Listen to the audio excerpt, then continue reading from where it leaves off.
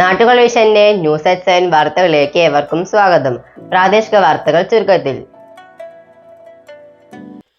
Road മുറിച്ചു കടക്കുമ്പോൾ വാഹനമിടിച്ച് ചികിത്സയിലായിരുന്ന ആൾ മരിച്ചു. മണ്ണാർക്കാട് ചിറക്കൽപ്പടി ചീരത്തടയൻ സുലൈമാനാണ് മരിച്ചത്.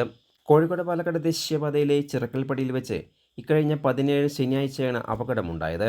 തുടർന്ന് പെരിന്തൽമണ്ണയിലെ സ്വകാര്യ ആശുപത്രിയിൽ ചികിത്സയിലായിരുന്നു.